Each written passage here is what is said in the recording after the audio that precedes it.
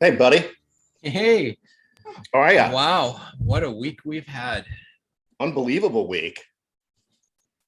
You got a little skinnier this week. Oh, I don't know. Kind of feeling bloated. Oh, I just had some chili, so you know. is that what you're eating over there? You need to like share. Yeah. And it was 80 degrees here today in flyover country. Yeah, it was pretty close here. Let me see what the temperature is right now. I know it's 75 right here right now. So humidity is a little bit down. Yesterday it was hot and humid, and we had some storms last night, some hail and summertime fun. We got a packed show tonight, man. You I know, we say, yeah, should I pull it up? yeah, let's Yeah. see the agenda. This is this is a little cray cray tonight. Oh, let me go back. Wow. So you want to read through that, Dan? Yeah. So the agenda for tonight is welcome. And then we got You Don't Know Jack, episode 13, 16 slides long. The Copper Kettle drawing. We are doing a drawing tonight for all the people that have got their name in the kettle for the You Don't Know Jack. We're also going to give away a 1973 silver coin from Comment Picker, and that was for the St. Jude's. The coin is donated from Tyler. That's right. We'll go over the St. Jude's total and the link. And I had it set up to do last week, and then we forgot. But it's getting up there. Amazingly, you guys are being very generous. I'm so wild about Harry McCracken. Oh, Harry McCracken Gone Wild. 5 slides. Epilogue. Now, I'm assuming that's talking about Dan Barbarisi's not new book, but update on his book. Logging in with Cynthia, 10 slides. Homer Brown, Send in the Cavalry. Yeah, and then there's a quote from we were on a different show, and 3D Bronze called in and said something nice about us. So I figured I'd put it up there and say thank you to 3D Bronze. And you know, a lot of people have said some nice things over the last couple of weeks in the comments. I know a lot of people are commenting, I hate Packer Jack, as I instructed you to, just to get into the drawings, but we actually wanted to put a little bit of the feedback that we're getting and show you some love and appreciation for all the great feedback. Missouri Dave, thank you. No drama, no blaming or accusing, just info with entertainment. Laurel said, thanks for another great show. Enjoying getting pertinent information in a fun and positive manner. Paul E.T. said, is it just me or does Ranger Jack remind you of someone from the Village People? I don't know about that. Mike Calazar says, I hate Packer Jack. He's quoting Ranger Jack. Mike loves Packer Jack. Or yes, he does. Rudy Green said, Packer Jack should interview Ranger Jack the next show. Well, maybe we'll have to think about how we pull that off. Bubba Gump, I appreciate the money you are raising for St. Jude's and Egg Addict. You're doing a great job for St. Jude's. Special Case said, thank you for being a positive force in the community. Dak said, the very best Forrest Van Chatz show. Jay Wood, Packer Jack is awesome. Great show, guys. Copper Dan and Packer Jack, the dynamic duel from Must Listen Good. And Joe said, love me some Copper Factory. So thank you very much. Yeah, thank you guys very much. We're having a lot of fun doing this, and we're doing this all started. We have to special thanks to K-Pro. This was K-Pro's, I would say it was her idea. She gave me the push of, she came to me and said, we're trying to fill some time slots up to get more entertainment going. Because at the time it was pretty much just them. And a little bit, I guess Ben had his channel going in Indy. But I think what she meant trying to get things back to the way things used to be. And I just said, yes, I'll do it. And I went, crap. Okay, now I committed myself. What am I going to do here? I really don't want to do this by myself. So I reached out to my dynamic dual partner here. And that was a good decision. You make the show, my friends. We're having fun and again, doing it for the right reasons that Dan and I want to do this. But we've got a lot to get to tonight, as you saw from the agenda. I'm grateful to everybody out there who's making this possible. We'll talk about the St. Jude's fundraiser in a little while. But there is one thing that we don't have to argue about with other shows in the community, and that's about being number one at one thing, Dan. And what are we number one at? We are number one with the number one rated game show in the Chase community called You Don't Know Jack. Nobody thought it could last this long, that we would ever go 13 episodes. Including Jack. Jack's like, I'm learning things about myself, for God's sakes. Over 15 questions. When we're done tonight, we'll not only see if we have some new winners, but we're going to the Copper Kettle for the second time. I think it's over 6 weeks of winners. You'll see the list of all the people that are in the Copper Kettle. So the people that win any answers tonight, does that get them put in the kettle for tonight, or is the kettle done for tonight? The kettle will not get them in tonight. The kettle's done for tonight, but then they will be able to get to the next one. And I see Vertigo came in just in time. He says, just spiraling into chant to answer all the questions again this week. But let's take a moment to Jack's brother there. We got Schatz, we got Tim K, Madison Badger, Missouri Dave, Susie Fenhaven. Oh my gosh. Hell's Canyon. Adam Foddy's in the house. Let's go for a walk. Pioneer. Hey, did you get that prize out to Hell's Canyon? I think it's under a different name, but I think you mean the map. Yes. Don't give his real name out, but yeah, he's the one who won. All right. Well, cool. Yeah. Hell's Canyon. Your prize is either there or on the way or something of the such. Yep. Treasure Warriors, Sophie D, Adam, Rudy, Chasing Indy, Carrie Galloway, Mike N. Somebody new named Rose. I've never heard Rose before. B Spaghetti's in the drawing. Hey, Chuck. Oh my gosh. Davio's in the house. Mike N. Rose. All right, let's rock and roll. Dan, are you ready for question number 1 of episode 13? I am ready for question number 1. Somebody said they missed me reading this. I'm still not going to do it this time because we have too many slides tonight. But well, you do such a good job reading it that's probably why. Even I get sick of hearing myself talk, Dan, if you can believe it. I don't know if I can believe that, but question number 1. Prior to his interest in the chase, Jack was into churning.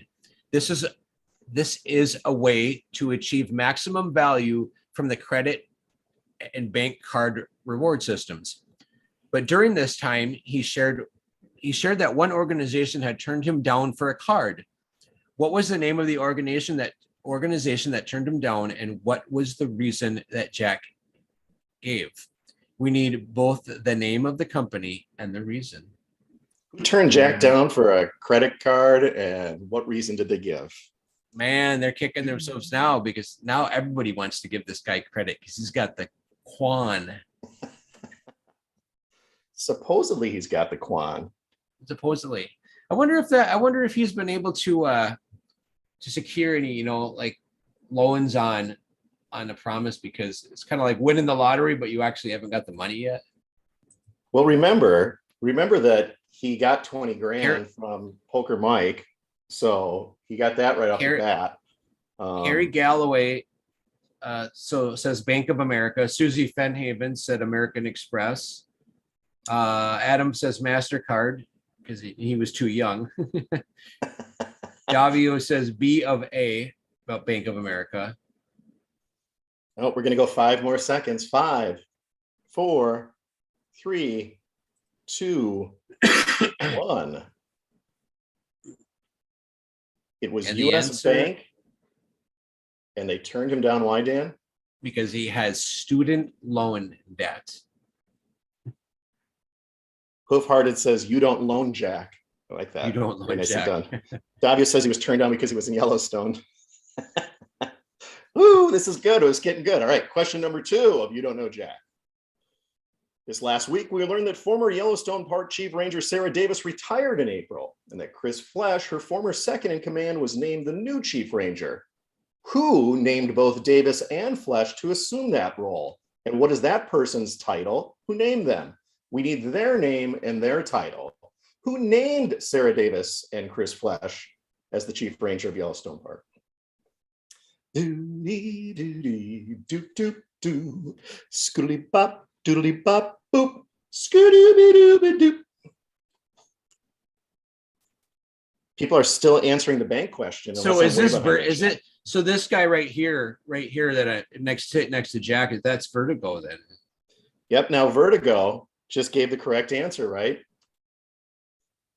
It's Cameron or Cam Sholey, and he is the park superintendent. He's actually the overlord. Adam Foddy said Ranger Jack. It's incorrect. You should, Adam. We should almost give him an honorary.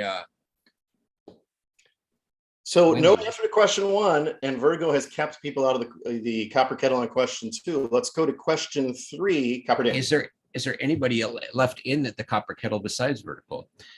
Question 3. In 2011, Jack was in Tokyo during the time of fear of radiation from the Fukushima plant disaster. I remember that. Jack reported that while many businesses were closed, these type of businesses remained open. What did he describe those businesses as? What did he describe the businesses that were able to stay open in Tokyo as during the Fukushima plant disaster when Jack was in Japan in 2011? Woo! Tune in Tokyo. Alan Kelly said Mr. and Mrs. Davis named Sarah. Very good, Alan. Miss Lissengood says Vertigo knows everything. Worthy Immortal says massage parlors, they may have stayed open. That's what he said. Hookah parlors, burger joints, sushi, street vendors, pharmacies, Godzilla Run, Tavio. Wherever destruction goes, wherever Jack goes, destruction goes. Pioneer is close, but wrong. We're going to go 5 more seconds. 5, 4, 3, 2, 1. And Hell's Canyon said wet markets. We're not going there. We didn't say Wuhan. What did he call them, Dan? Little noodle joints. Yeah, sorry, Vertigo. You didn't put little in front. We're not even going to give it to you. You just said noodle joints. You didn't say little noodle joints. And you're already in the Copper Kettle anyways. Yeah. Sophie D came right after that with noodle joints. People were looking it up and finding it. Well done, Sophie D. Vertigo says, look up. I said it twice. He said noodle joints twice. He didn't say little noodle joints. All right. Question number 4. In his video on confirmation bias, Jack talks about reader bias and has a picture on his slide next to his bullet points. What is pictured on Jack's slide about reader bias? What is it a picture of on that slide about reader bias? Doody. I just did this screw with Vertigo, so he has to go look up the YouTube presentation and get to the exact point of the 1-hour presentation where the slide is.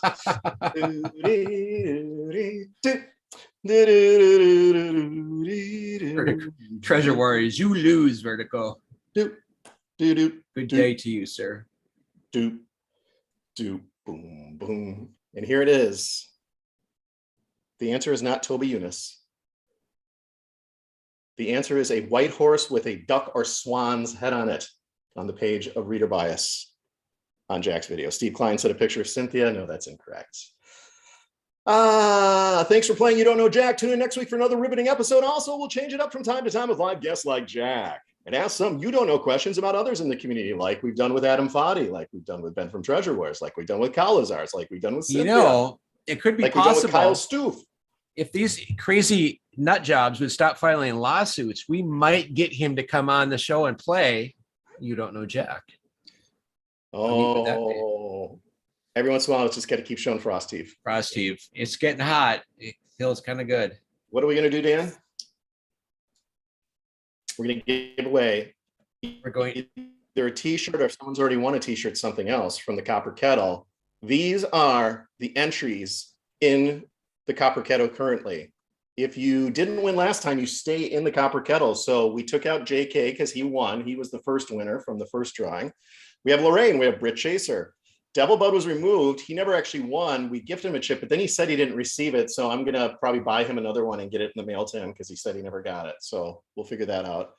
Steve Klein is in the Copper Kettle. Forrest Frenzy, we now know as Vertigo. So Forrest Frenzy has been removed and replaced by Vertigo. We have Treasure Warrior, Sophie D, Flash Fordham, Vertigo, as mentioned, Debbie K, Jeremy's in there, Ryan Bavetta's in there, Gallatin Ghost is in there, Rudy Green's in there, Richard Rutherford's in there, Hooli, Honeybee, Bifagetti, and Sam USA China are all in the copper kettle.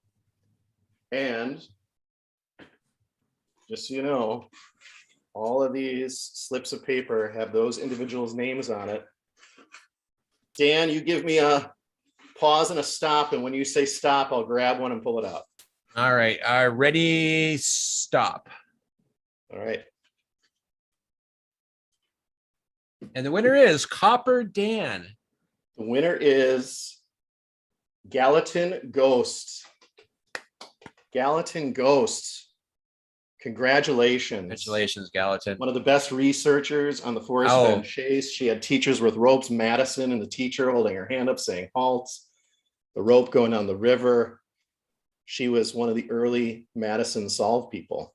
So congratulations, Gallatin Ghost. We will try to get in touch with you. And if you don't want an extra large Bobby Dazzler t-shirt, we'll give you a different prize from the prize pool, give you some options. So Dan and I will follow up with you. Thank you, Gallatin Ghost, for being in the Copper Kettle. Now you know the importance of being in the Copper Kettle. We've got one new participant that's going to be in there. Vertigo's still in there. And we got all new questions kind of over next week, because this is a feature that will never, ever end. Right, Dan? That's right. I hope so. All right. I'm going to stop sharing. Whoo! Now I forget what we had on our agenda next. All right, we have to pull the agenda back up. All right. Let me go back and look real quick. Two old guys can't remember what they did last 2 minutes ago yet. Now I have to screen share. Okay, so what was next was the 1973 silver coin from Comment Picker. So what you're saying is you had to make a comment from our last episode, not this episode. So if you have not yet, I would get on it right now, because it's going to take me a couple of seconds to get this pulled up. I forget if this is episode 15 and that was 14, and this is 14 and that's 13, but whatever the previous episode was that we did to this one, if you can get in there and get a comment in before Dan can get his act together. And do you guys realize we're up to 606 subscribers? Let's see if we can we can add to that. If you have not subscribed to our channel, we would love you to do so. All right. This is the prize for tonight, by the way. The 1973 Bicentennial Commemorative Silver Medal, they call it. All right. I'm going to be like Julia Roberts is about to grab it. There we go. And where is my screen that I want? Oh.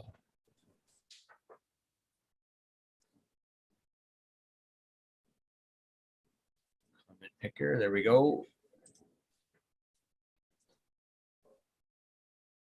Why do I not see it? All right, what in the world did I do wrong here now? I'm going to share screen, but it is not there.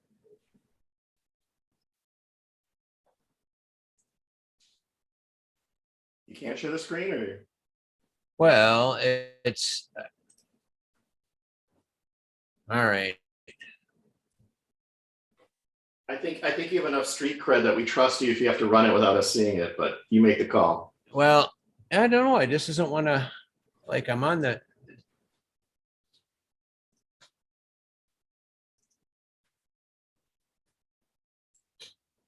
That's not what I want. Oh, I think it is.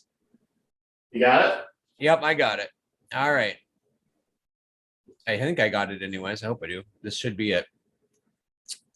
All right, guys, we are going to paste in. This is episode 14. Duplicate filter users. 40 unique comments. And we're just going to get right to it here. Are you ready? Ready. Start. King Catcher, Jim King. All right, congratulations, Jim. Oh boy, what'd you do with my my partner there, Ranger Dick? Oh, there's a Ranger Jack. I don't even know your name. How you doing there, Cowpoke Denny? All your fanatics out there, I see you still have questions about Yellowstone on this show, The Con Man Factory. Well, it's good to see you back, I guess. I don't know why we say that, but we do. Hey, your mustache is taking a life of its own there, sir. Yeah, I did a little waxing, a little twisting, a little waxing. I like to do that when I get home and relax at the end of the day. I noticed it's staying on a little better this week. You still got your Cub Scout uniform on. Hey, this is a official uniform of the West Yellowstone Police Department. I serve in both capacities. WYPD. I proudly wear the patch of West Yellowstone badges. Did Sarah Davis issue that to you? Now, let me tell you something there.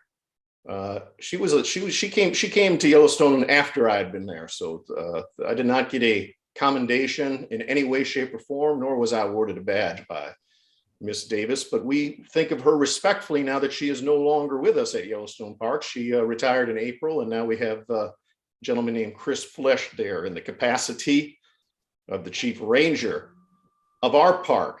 And let's not forget that Coca-Cola Carl only said park. He didn't say Yellowstone National Park. It's my job to try to keep you mischief-making maniacs out of Yellowstone Park.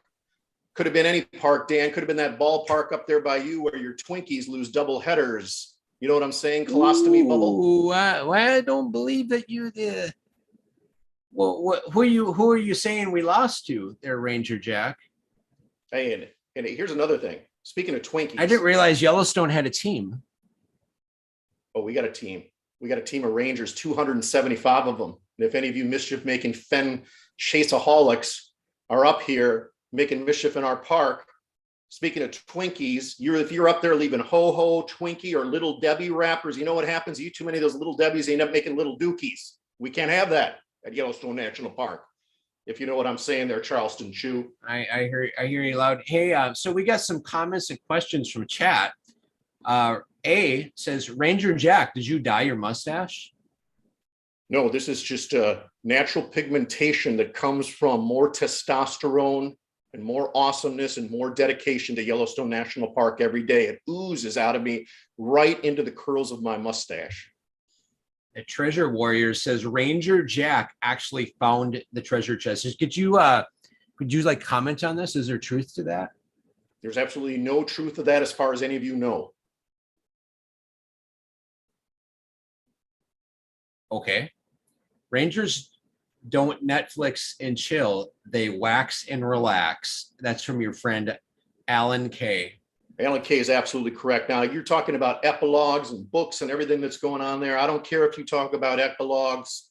You can talk about them all day long. I just don't want to see any dookie logs in my park, if you know what I mean. And you and your pal, this cheesehead flapping sack or whatever his name is, you can name fish. You can name fish Mr. Brown. I just don't want anybody taking a Mr. Brown in the canyon down. Well, we'll talk to you later, Ranger Jack. Everybody, that was Ranger Jack right from Yellowstone National Park. Come to say hi. And his usual self, he was full of insults, and I don't think he thinks too kindly on us, but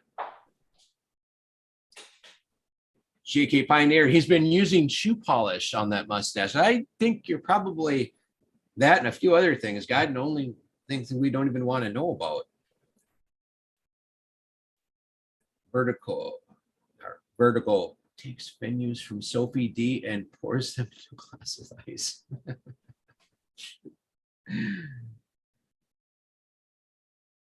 right. Are you related to Mario or Luigi? Right. Dookie Howser. That's a good one. Beef Getty. I'll have to remember that next time he makes an appearance. How's it going? Man, I'm really glad we gave that coin away. Remember, everybody, that was from Tyler. And even if you didn't win, you know, what's going on? I'm starting to put 2 and 2 together here. Every time you're gone, he shows up. Interesting. You never get, I'm sure you can, I'll give you one guess on who showed up on your little hiatus there, partner. Jack Ranger Jack. Oh, no, not Jack Stew. Oh, you missed him again. Oh my God. All I heard was flapping sack. I don't know what that meant. You know what really sucks is he he says the Packers suck. I couldn't believe he said that. I've got the sweet taste of 13 world championships in my craw, so I'd be more than happy to talk to Ranger Jack about that at any time. We'll see if we can arrange that. You know, we still have to pull up the St. Jude's total in the link. If Hooli or anybody who's moderating, or maybe somebody already did, Dan, but I don't know if you can pull up and screen share the St. Jude's link, and I'll get the next PowerPoint ready for us. Well, why don't you talk and I will search. All right, I'm going to look at chat for a little while. Adam Foddy says it's like Clark Kent and Superman. 3D Bronze says, yeah, I know, that's what I was thinking. It's like Clark Kent and Superman. They're never in the same place at the same time. It's just uncanny. Yeah. Little engine that could. Tyler's here. Tyler, we gave away the coin tonight. Thank you, brother, for the donation. And we're already up to, Dan's going to bring up the new total for St. Jude. So I've almost got it here. I'm going to actually see if I can screen share again. Cool. Because when you're done, then I'll screen share our next PowerPoint of 5 tonight. All right. $1,465. $1,465, and we still have a boatload of presents and giveaways. Guys, I don't know why this I thought I had actually changed this, and somehow so when you come into this screen, don't click on this register. You click on Make a Gift, and with the amazing high-speed internet I got here, it'll eventually go to the next screen. I think we're doing. I got 2 girls upstairs streaming YouTube. I'm down here streaming YouTube and Zoom, and well, we're not going to sit here all day. Anyways, it will take you to the next screen to make your donation. All right, let's keep the party going here because it's PowerPoint madness, and our next one is McCracken Gone Wild. So what is McCracken up to this week? Let's figure it out. Let's get to page 1 and I'll go full screen. So just a quick update from posts that came in last night and today on Harry's Chase forum. For those of you that have been wondering how you get there, you don't mean to put the apostrophe. You can just do a Google search for Harry's and Forrest Fenn. You can go in and see where there's talk about the chase, and you can see when the last post was made if there's anything new in there. Yesterday, Harry posted and he said, people seem to forget this is a civil case with a lower threshold of proof. I do not need absolute proof, just enough to show it's likely I was cheated out of it. I already believe I have that and more. The clincher of my case is the ownership of the ranch behind the Mountain Lions place from which Forrest Fenn stalked me on my way to the spot. I will need to go to the FBI to get that proof, and I won't hesitate to if it becomes necessary. There is no way in this world I am losing my case if I can prove he owned or was living at that ranch. Anything the Mountain Lions testimony adds is just a bonus. So again, I don't know what world or where the stuff is coming from, but this is what this case is about that's leading to a potential deposition in 2 days by Jack Stoof. This is also by Harry, and Harry responds to people posting on Hinton Bridges Thor. So on Monday night, Christy, aka K-Pro, really put out her thoughts is that she thinks Jack is going to tell all he's going to spill the beans on Thursday. Where are you sitting on that? I think it'll still remain. It remains to be seen. Harry says later, and you'll see here that subpoenas were issued for the 12th, which is 2 days from now. I think if there's still a way for Jack to get out of it, he'll try to. And I don't know. To me, it's a coin flip on this point that if Jack has the legal cover of being forced to give the location, and 2 people can keep a secret, and we already know that Sarah Davis and Chris and maybe another government official received information in that Zoom meeting from Jack. It sounds like the Fenn family wants to get this out if you listen to Cynthia. So it could be over as soon as Thursday, or it could be that Jack equivocates. So the last time Jack was put in a position where he was forced to out himself as the finder, he did it on his own terms. So if he is backed into a corner here, I wonder if it wouldn't be the smart thing. I mean, if you're going to have to come out with everything, See if you can make a couple bucks at this and call some of the news organizations. 2 points where I would disagree with you. One, I think Jack claimed that his name was forced to come out because of the Barbara Anderson case, and he wanted to get out. That's what I was referring to. Right. And then the second thing is that I think this is all about legal for Jack and being able to sell the chest. Maybe I'm wrong, but for him to all of a sudden have just some love affair that he wants this place to remain pristine and untouched could be a wonderful sentiment. But I think it's more about Jack making sure that he's not going to get sued, and that he said specifically in a follow-up to the Medium post that, and I believe it was as a Condor Reddit post in 2019, it might have been in November of 2019, where he posted something like, there's no way you would want to have this come out. They have to deal with the legal issues and then the nuisance lawsuits that would follow from people that said that they found it first. So you literally have the Condor 2 saying that in November 2019, when he's in Puerto Rico and trying to figure out how he gets through this situation. So I'm not trying to say that he's a bad guy. I'm just trying to say, I think it's more about him trying to say, how do I extricate myself, get out of this legally so I'm able to sell this? Right. And can't blame him. I mean, Alan Kay says if Jack spilled a single bean, it would grow a beanstalk into a canopy of stars. So this was, I think you guys probably read this while Dan and I were talking. I'm not going to read through it. It ends with him saying, I'm supremely confident of victory in Jack's deposition. And then this morning, so here he gets back on to this morning. It says, Jack's attorney was served with another subpoena and deposition for 12th May. I was also served with them. It all depends on whether Jack accepts service via his attorney. If he has, then he has to attend. Otherwise, he can rabbit, which I assume he means Jack can be a jackrabbit or go down a rabbit hole. And then he said, Jack can only get away with not answering if it's a privilege objection. That means attorney-client privilege, which is not applicable to solve. Now, remember, this is McCracken's theory, and he is not an attorney. He says, or Jack pleads the fifth, it's not applicable because he already told Yellowstone Park in August 2020. So again, this is the third time that McCracken has said Yellowstone. Well, he said Yellowstone more in chats, but he said it twice in the proceedings that we're aware of. Once verbally in what took place last week, and once in his objection that he made to the government's motion to intervene, where he actually said Yellowstone National Park and 9 Mile Hole. That's got to lead one to believe, you could connect the dots, that he has discovery of either that Zoom call or discovery that was made through other emails between Forrest and Jack, or whatever it is, that he has discovery where Forrest and or Jack have said Yellowstone National Park and 9 Mile Hole. And lastly, he says if there's a protective order in place. So if for some reason the government can come through, if the government went back to work last week and said, we're going to go through the federal channels and get a protective order, they've still got a couple of days to get that in the judge's hand before the deposition would take place. Then the judge would say, I've received this injunction from the government, which is what he basically told Kimberly Bell last week. You should have done that. Well, she's had a week to do it. So we'll see if they do it or not. So Jack would need to intervene and then get a protective order.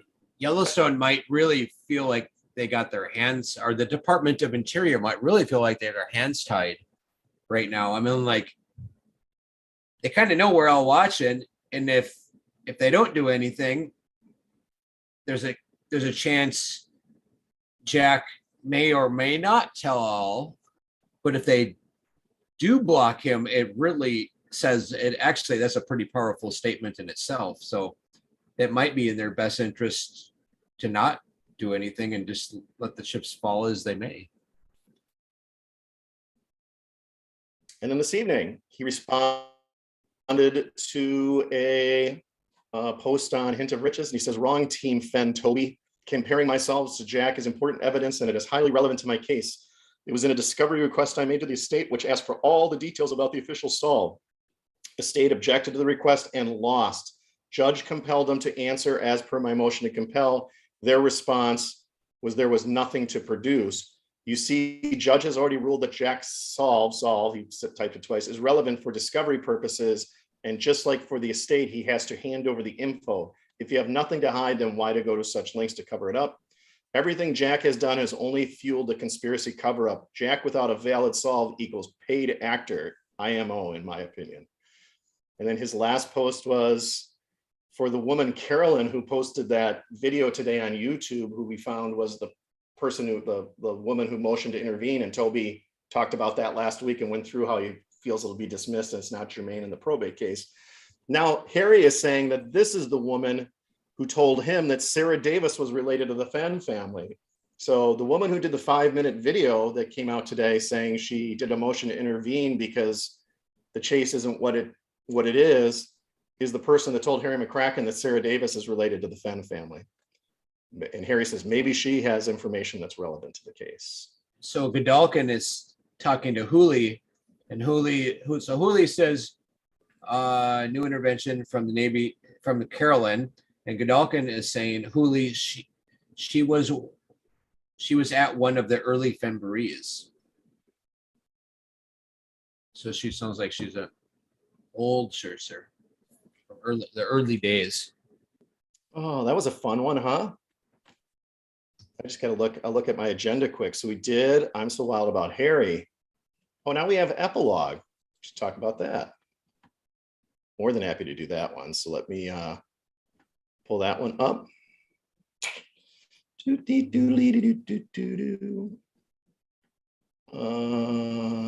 it says, oh, I have to exit out of the last slideshow. Sorry about that, Dan.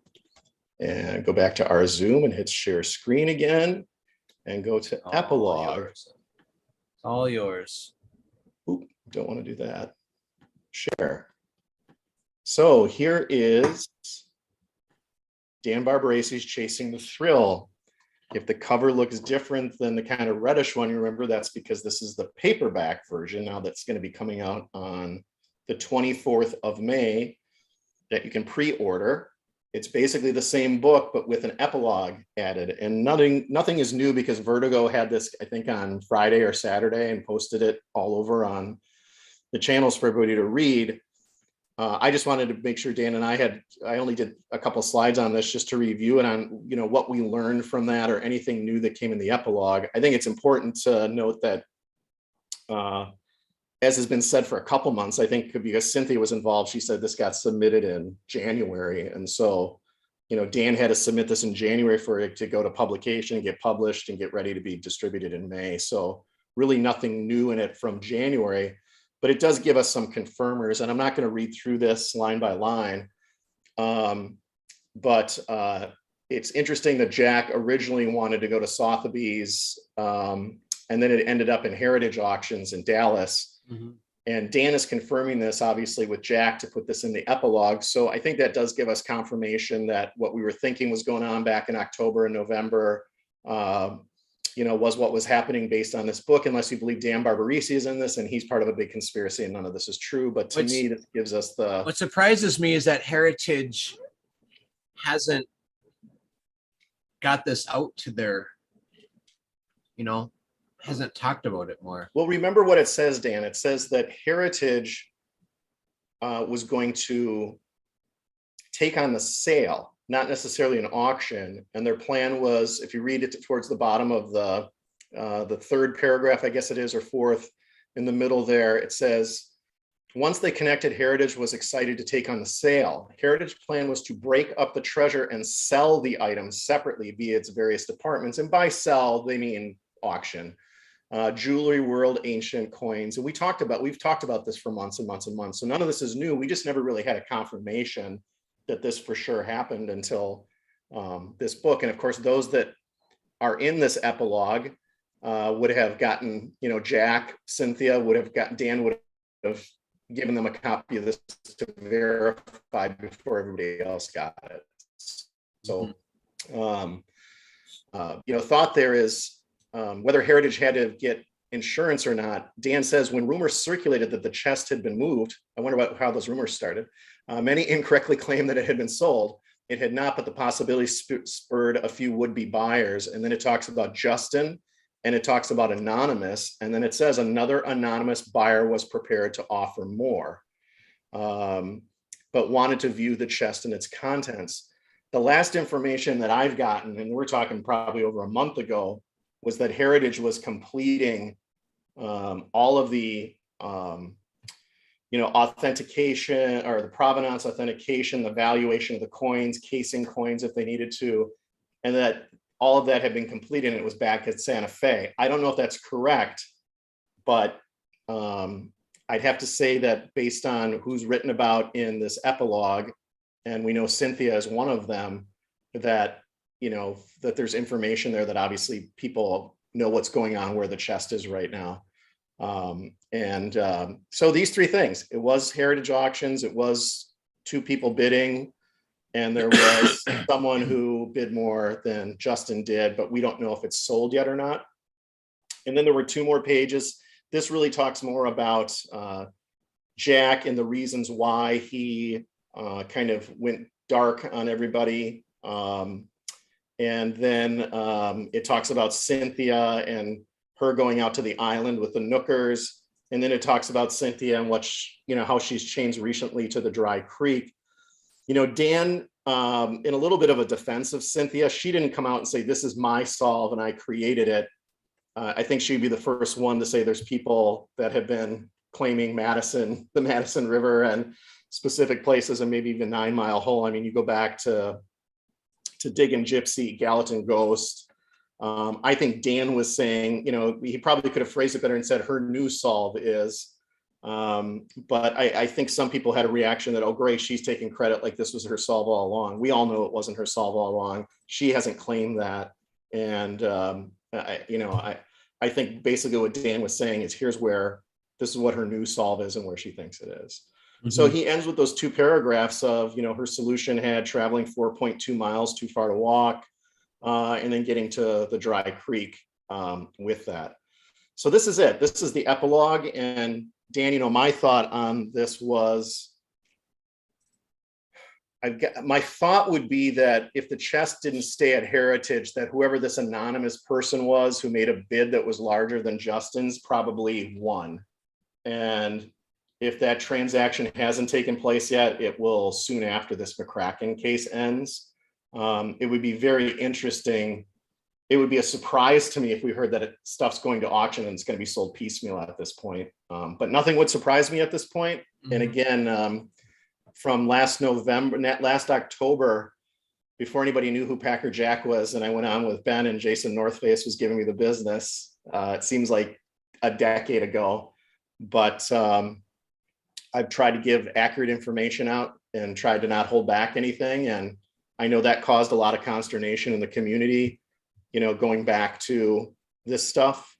I'm glad we're here where we're at to know that for those that, thought I was making stuff up, that I wasn't, but I understand why you would think that. And I would just say namaste, and we should all be figuring out how we can get along instead of trying to figure out who was right and who was wrong. This is about the truth. None of us are the winners in this. Jack was the winner. I feel like a winner because of friendships with Dan and all of you guys and the fun that we're having. And I hope that we can continue to get great information out there as we learn more about what's going on with the chase. And nobody's getting trophies for this stuff. And I think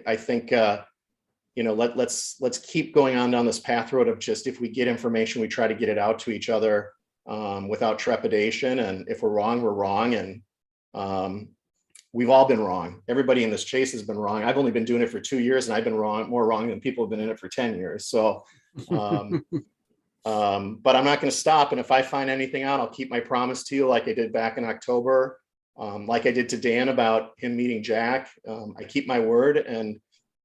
But if there's stuff I can share and I find out, I'll let you guys know as soon as I can. Dan, what are your thoughts about this epilogue? It's exciting that, it'll be neat to see it come out. I'll probably buy another book just so I can read. I don't know how long the epilogue is going to be, but just so I can, how many pages, 10 pages or whatever it is, even though by then the time it comes out, it could be old news. I got to keep logging with Cynthia. I don't even know if I can find. Let me.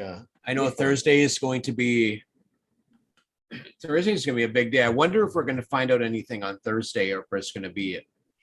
It seems like McCracken has got some pretty loose lips, so I have a feeling he seems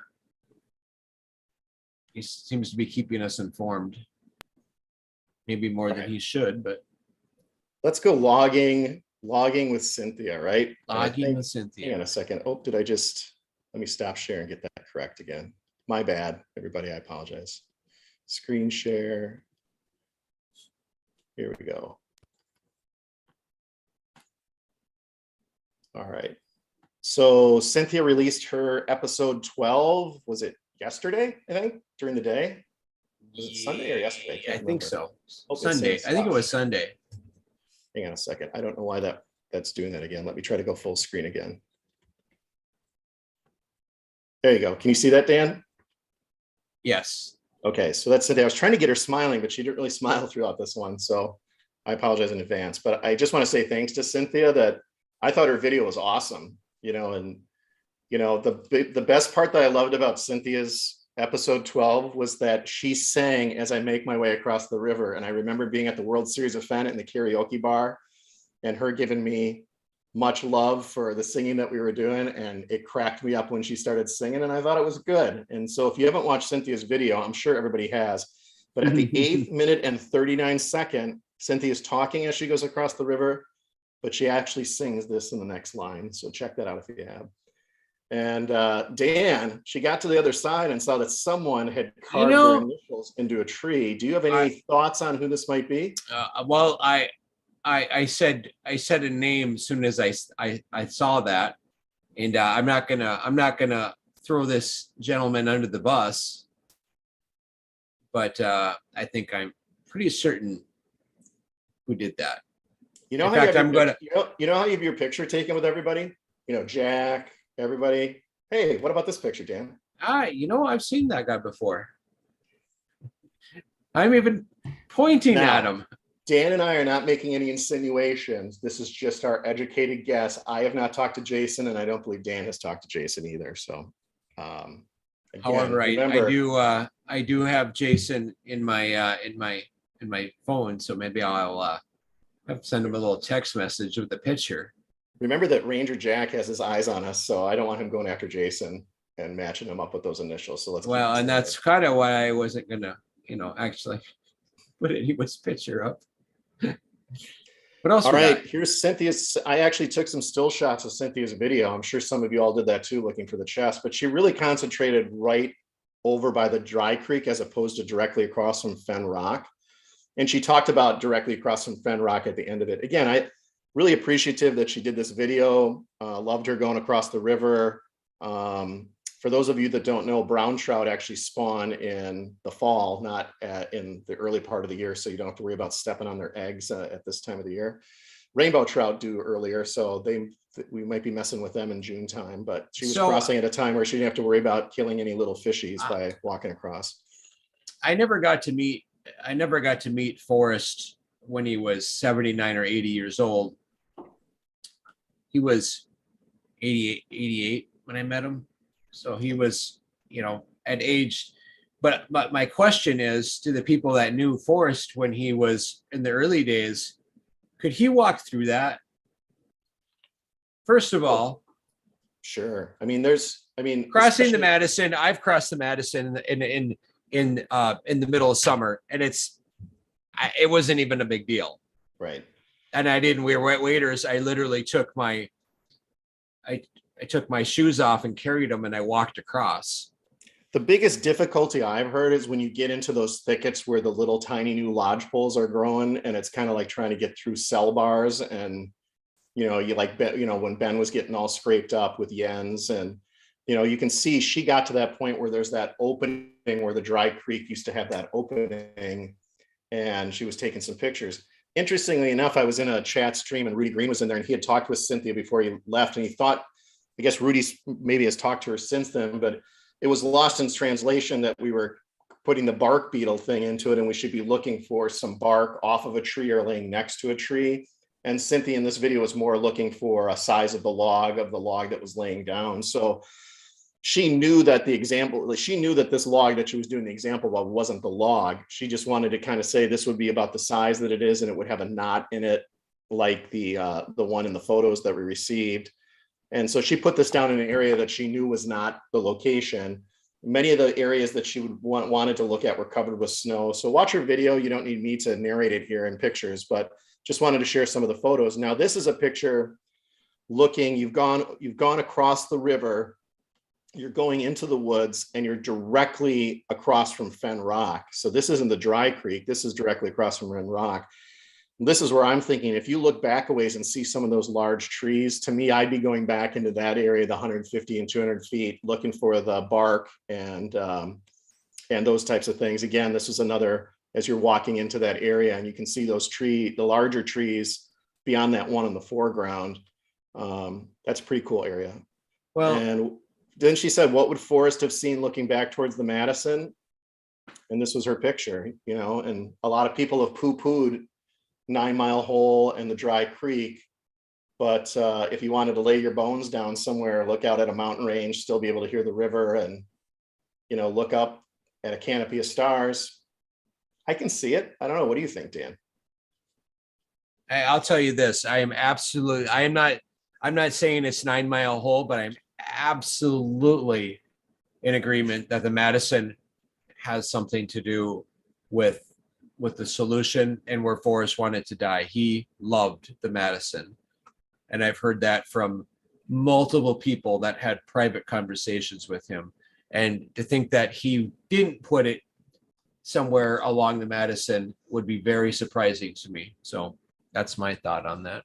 Oh, I got to figure about what we got left. We've got, we talked about McCracken. We talked about Cynthia.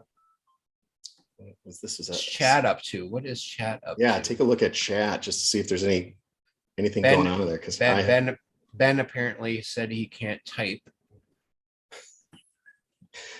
It's what happens when you give your body over to things that can take advantage of it. And I'm not talking about Ashley.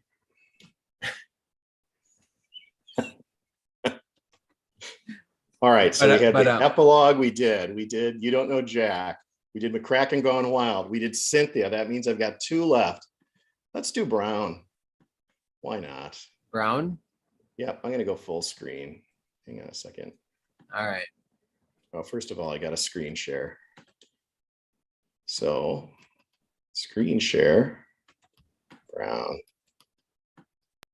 Now, you'll remember that first slide, Dan, just because we've utilized it a couple times, but this was our in full disclosure here, just so everybody knows, in case everybody doesn't know, that it's not where Jack signed the map. My cunning partner over here, through the magic of technology, moved the signatures. All right. We heard Cynthia say too far to walk, 4.2. I love it because it has 42 for Davio in it.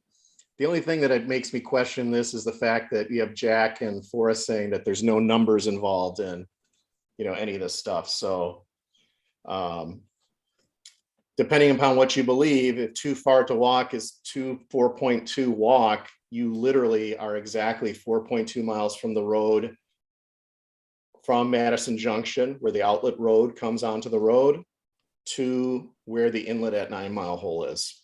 Just interesting fact. Well, take that for what it's worth, but that's what Cynthia put in her quote unquote new solve. And 242 walk at 4.2 is exactly 4.2 miles in a vehicle. Interesting. That is interesting. Let's remember, we've got McCracken now in his intervention saying Yellowstone Park, or not in his intervention as he was objecting to the intervention, 9 Mile Hole, and Carl says the park. And we have Sarah Davis and Chris Flesh. So if we want to stay on, I could go right to the home of Brown. We could take a look at Cynthia. And remember I said, oh, Cynthia had a slip up, and I read what she had said. And she had said, if, you know, Rudy and Justin are taller and it's the honey hole. And then she said, well, no, it wasn't the honey hole. And she came out and said, Mr. Brown, the fish. So I know a lot of people have been talking about that since her video came out yesterday. Dan, what was your thought about that? I'm still waiting. Ben says the poem tells you to start at Madison Campground. No, the road you would drive, that if you were at the confluence of the three rivers, that's where you would take your car onto the road to then drive the 4.2 miles. But I understand why Ben's saying, come on, guys. All right, so I just want to go with this, because if we're gonna talk about 9 Mile Hole, and that's the direction this has been going in, and both Dan and I haven't committed to us saying we believe 100% it's there. I'm a Madison Canyon guy, as I've said, and it makes sense to me. But what are some possible answers for Homa Brown? Because a lot of people said, well, wait a second, Fenn never talked about naming a fish. That would be specialized knowledge, so on and so forth.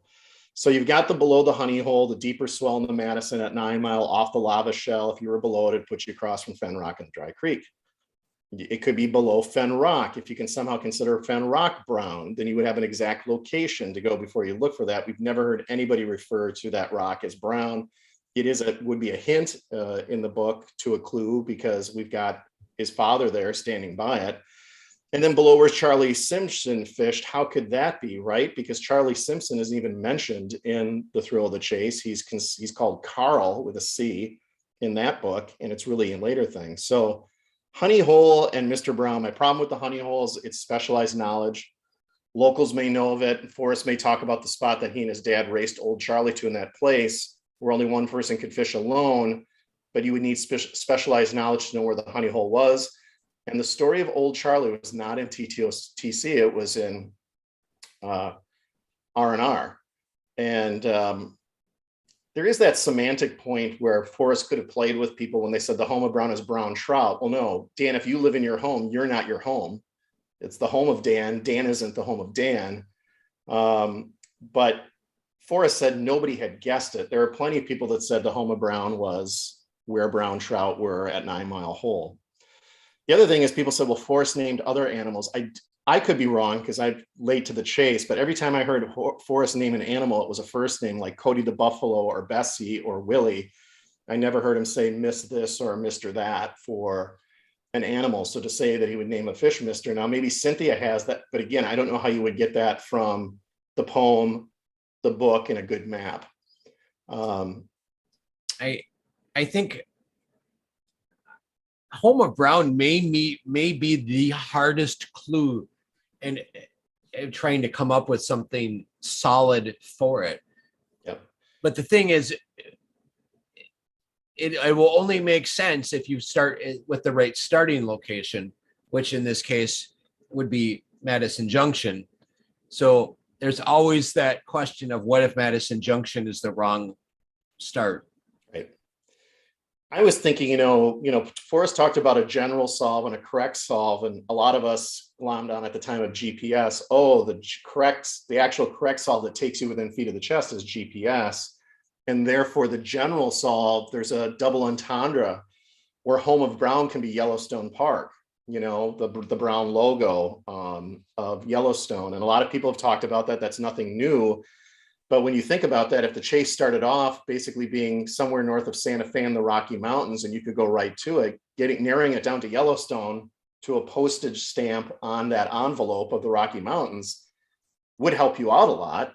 So there could be a double entendre to where Homa Brown is at. It's also, we talk about the clues going in order, but the specificity of the clues may not go in order. So if you say beginning at Warm Waters Halt, and that's Madison Junction, and take it in the canyon down, and then you say, put in, be too far to walk, the 4.2 miles, put in beneath the home of Brown.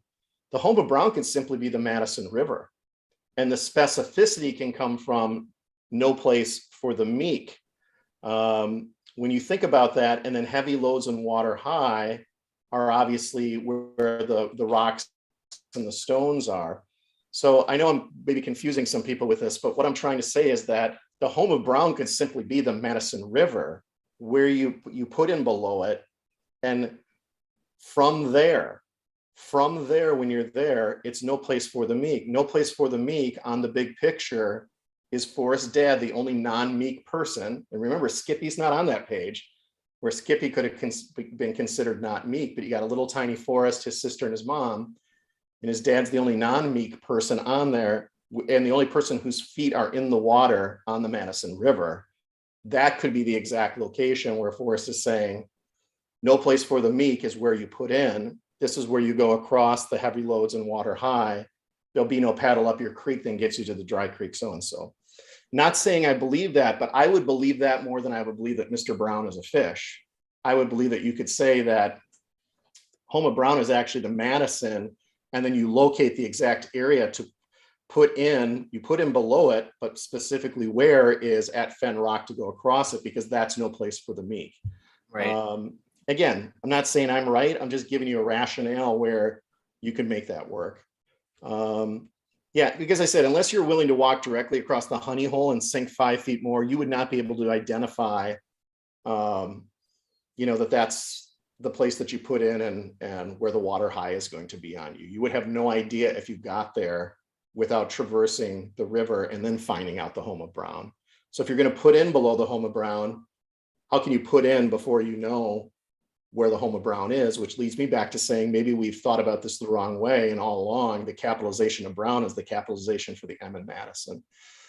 So below Fen Rock, we know Fen Rock is legitimate. It's an exact object. We've talked about Marvin being the only one in the big picture. If the rock's called Brown or Forrest and his family called the rock Brown, we have no idea. There's nothing that would give that away to us. So I don't think that's it. And in the big picture, Marvin is at Fen Rock, like I said. Skippy not being on that page, as someone you might say, well, Skippy's not meek. The other three are meek. His dad isn't. Below where Charlie fished, some people have said, well, it's that, there have been plenty of posts showing going back between the poem and the book of the words alone and old Charlie, rich as new and old. More so the alone with his teacher that's in TTOTC, I think, than the things that aren't in TTOTC. If you're just using the book, you're just using the poem and a good map. So I think you'd really have to stretch, unless Forrest after time came up with the double entendre of Charlie Brown. I mean, again, he spent 15 years writing this poem that this was many, many years after his childhood there. So could he have come to thought of that place differently or called it differently? And while Skippy was still alive, talked about that place differently. Hey, we're not going to go to 9 Mile Hole to fish. We're going to keep that quiet. We're going to go to old Charlie Brown or the home of Brown, or they called it Brown as their kind of secret fishing hole where they knew what it was. Again, specialized knowledge. How would we know that? Where is that? Where would we get any idea that they called it that? I have no idea. There's no document about the whole Charlie. Some people have done some really funny stuff with Charlie Brown, and I actually wanted to do a couple slides on this because I think it's actually pretty creative and fun. And you guys may not like it, but at least I thought it was looking at it. The one thing you have to remember about Charlie Brown, just like I said, Forrest may have changed later, is the Peanuts comic strip was not created until 1950. So remember, we're getting to the time when Forrest is going off to war and not when he's a little kid there. There was no Charlie Brown. Charles Schulz didn't create him until 1950. Now, could Forrest have created that later with Skippy or whatever? Possibly. I have no idea. But, this was from a post, I believe, on Reddit by somebody from the C2. Looking at the home of Brown, there's one particular thing that stands out. The word Brown is capitalized. Because Brown is capitalized, it must refer to a proper noun and must therefore be a person, place, or thing. Thus, if I know Brown is a person, place, or thing, and I also know that I don't need any specialized analysis to solve the problem, Brown must be a person, place, or thing who that everyone can identify. So I asked myself, who or what is the Brown everybody knows? And the answer that I got was Charlie Brown. During my 2 years in the chase, I asked a lot of people, including a lot of kids, who the most famous person Brown is, and almost all of them answered Charlie Brown. That was eye-opening. I know other searchers over the years have asked if the Brown in the poem could be Charlie Brown. But as far as I know, no one asked what would the home of Charlie Brown be. And of course, since then people have, but this was from over 2 years ago. As I mentioned above, in my mind, the word home is almost certainly a metaphor, as in the home of a character in a book. There's a book. To me, the answer is simple. The home of Charlie Brown is Peanuts. After all, Charlie Brown exists or lives within the four corners of that comic strip. So this was their theory. Now, I don't necessarily agree with that, but it's interesting to say I asked everybody what Brown was that wouldn't be specialized knowledge. Who's a famous Brown? And of course, we're talking 10 years ago, so I don't think Charlie Brown is as popular. Maybe it still is with the kids, but Forrest always talked about being a 13-year-old kid in his mind This was interesting to me, much more so than him potentially naming a fish Mr. Brown. If that ends up being the truth, that's great for Cynthia, and she's right. But it doesn't make sense to me because of specialized knowledge. Here he's talking about peanuts, and then obviously the funny part that Forrest brother's named Skippy. But this was the interesting thing to me. And we've also been told that pareidolia hasn't been used. But this is what Fen Rock looks like from the other side of the river, not from when you get on the road and you go in. And Dan, I don't know if you can see it, if you look at that rock, if it looks like anything to you. But in fact, let me stop, see if I can hit escape here. And scroll down. I'm going to actually can you see my cursor, Dan, or not? Yep, I can see your. I'm going to pick a drawing. I'm going to pick this drawing tool here. And I don't know if you can you see this dot right here where my cursor is? Yep. So, let me make sure I got this clicked correctly. Oh, and it's not letting me do it. It's making, not sure why I can't draw tonight because I don't have wondering if I have to right click and do it. Well, anyway, I actually drew this already, but I'm going to go back to full screen here. It's much more fun when you can actually draw it. But I actually took my cursor and made a circle around and then looked at an eye here and an eye here and a nose and a smile. And that's what it looked like. And I cracked up because I'm like, if you're in fishing at 9 Mile Hole, I'm looking at that rock, and you guys can all take a look at that picture yourself. Again, here's what it looks like. But if you're looking at that rock and you're a little kid fishing there, and then you grow older and you think you remind what that rock reminds you of, not too hard to see Charlie Brown in that rock. I like your home of Brown being simply the Madison. The problem is where is below? Right, below would be underneath it, right? Which means the river has to be flowing in a horizontal manner. There has to be above it and there has to be a below it, which means you have to go through it to get to the other side. Again, just following through on the peanuts thing, Mary asked him a question and he said, well, Craig and Cherry, afternoon's about 3, I need a salt fix. It's hard to find salted peanuts anymore. So Forrest had peanuts in an answer. Here's Bavetta talking about Charlie Brown. So Bavetta was another person who looked into this, talking about old Charlie Simpson and Charlie Brown. All the information we presented last week in a you don't know Jack question about Forrest grandpa.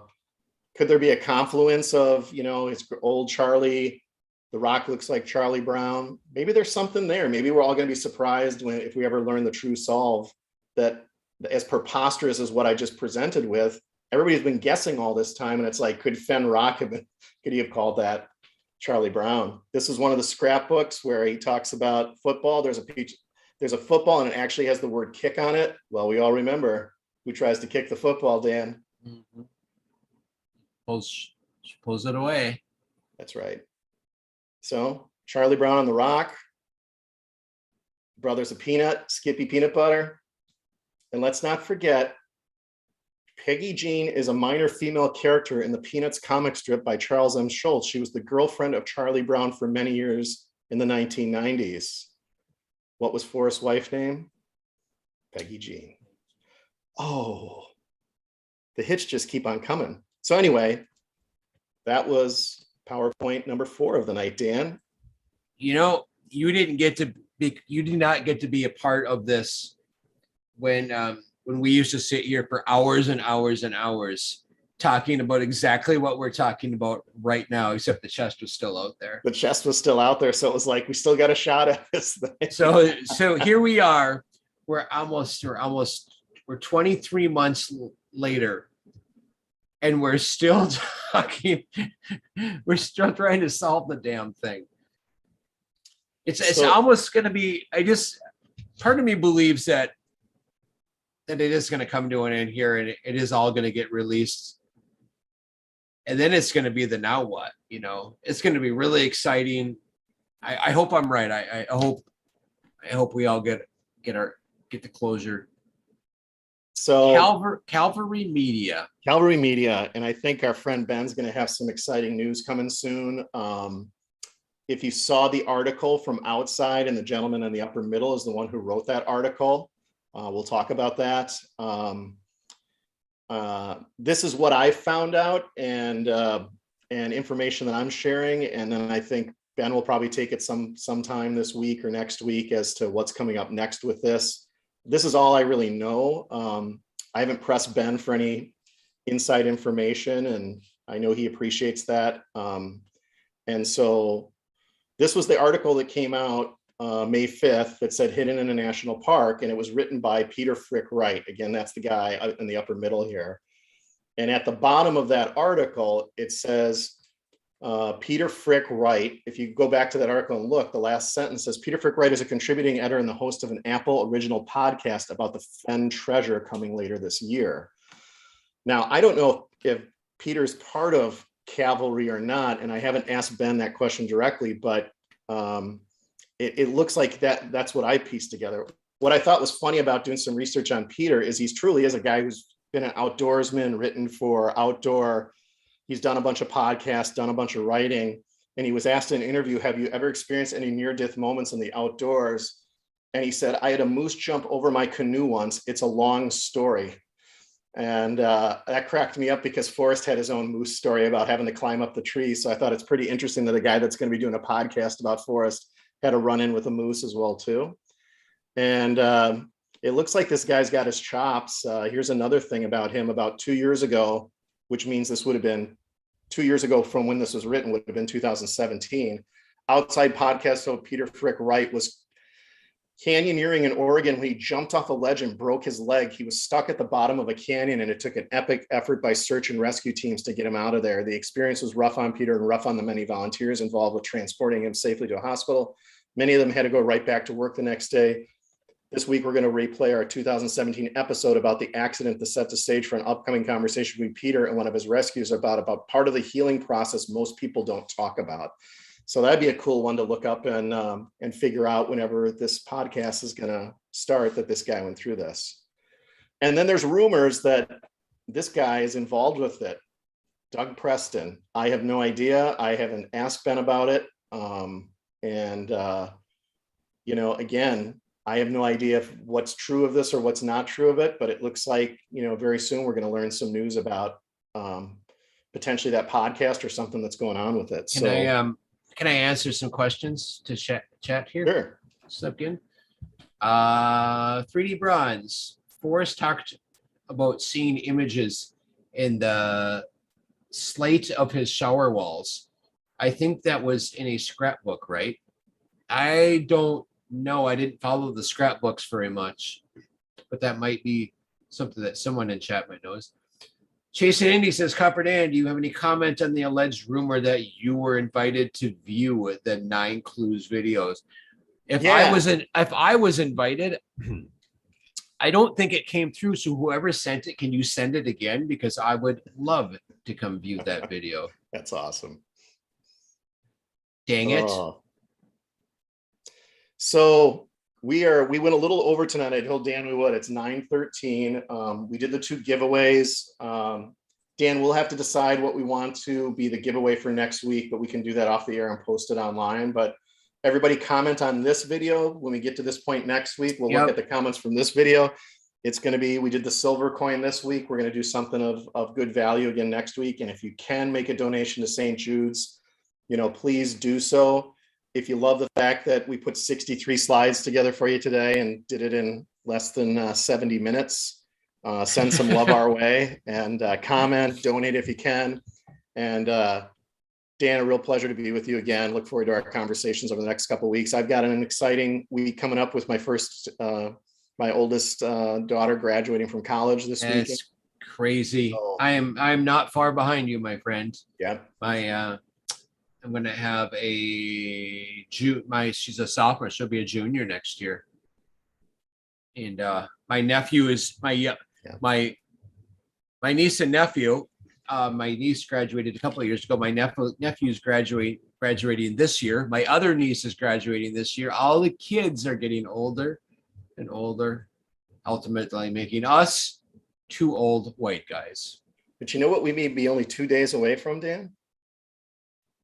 Finding out a Jack Stoof deposition. Yep. A lot to be excited about and a lot not to be excited about.